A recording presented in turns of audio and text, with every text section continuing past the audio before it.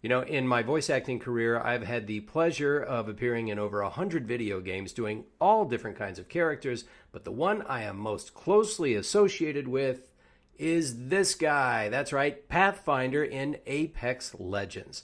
And every now and then I get asked, how did Pathfinder get his voice? Let's do a little bit of a dive into that and find out. Naturally, across a more than 20-year career in video games, an actor is going to find that there's a bit of variety in the characters that they do. You want to use the crows. Lure the wargs in close. They kill faster that way. Time flies when you're having fun. Be quiet! I'm trying. I'm this close to something, I know it! So your money talks the talk, but it can't walk the walk, is that it? However, there is always one that tends to stand out amongst all the others. That's right. He grapples, he high-fives, and he got here by winning, friends. He's Pathfinder from Apex Legends. My accuracy is getting better every day. Ready and excited. Now we all know Pathfinder as the lovably clueless but always well-meaning Marvin, that's mobile robotic versatile entity from Apex Legends. But how did a character with such a deep backstory, someone who represents the personalities of the scientists who created him, and incidentally helped save the entire Outlands, get his voice?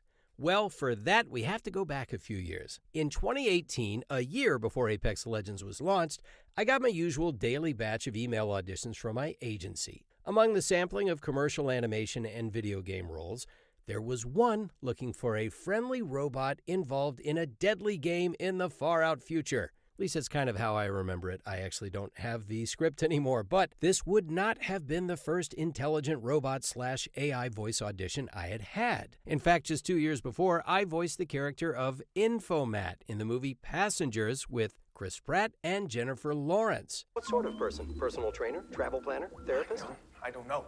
Somebody in charge. The ship's steward handles passenger affairs. It's on level 3 of the Grand Concourse. Thank you. Happy to help. And that character was a little bit like Pathfinder. Helpful, cheerful, and slightly unaware of how annoying a helpful, cheerful voice can be when you're in a jam. As you can see here, the Infomat is a bit more formal, and had Pathfinder's personality been used, I think poor Chris Pratt might have put his fist through that virtual screen. Bite me. Happy to help. Now, for Pathfinder, I decided to go a bit more amped up and energetic. Basically because, well, he's a character in much different circumstances. He's in a death match, for crying out loud, and there are numerous guns and explosions going off around him at all times. So, I think instinctively I knew I would have to raise it up a few notches. I submitted the audition, and like I do with pretty much every audition I submit, forgot about it completely. Some undetermined time passed, and then I got a call back. For that, I went into the recording facilities on the Warner Brothers lot in Burbank and got to meet the folks behind Pathfinder, the lovely people of Respawn. They were incredibly warm and welcoming, and they asked me questions like, have you ever heard of Titanfall? Do you play first-person shooters? Do you know what a massive online multiplayer game is? To which my answers were all, no, not really. Lucky for me, they didn't seem to mind, and we went about exploring a little bit more of Pathfinder's voice and personality. We mainly tweaked some of the levels of energy and looked at a little bit of the pathos that does lurk beneath that robotic exterior. I have a child! I do think there's always a little bit of humanity in his delivery, the sense that he not only wants to connect with others, but he also genuinely cares about people and about friendship. High five? Of course, he will also kill you. Exciting! So, how much of me is in my characterization of Pathfinder? Well, more than you might suspect. I can sometimes be quite clueless. Just ask anyone who knows me. Who sent you? I want a name. I want a name too. What is it? And eager to make friends and connect with people. While I don't necessarily go around asking for high fives all the time, I do get them for my kids quite a bit.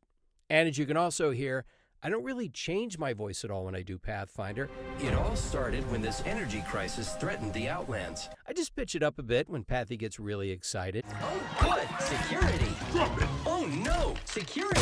There is a minimal bit of processing going on the production end to make him sound more robotic, but they don't fundamentally change the pitch or register of my voice. So, as far as how much like Pathfinder I am in real life, It's eerily closer than I would care to admit. Hope that gives you a little bit of insight as to how Pathfinder's voice came about and how the wonderful folks at Respawn helped me discover it. High five, friends!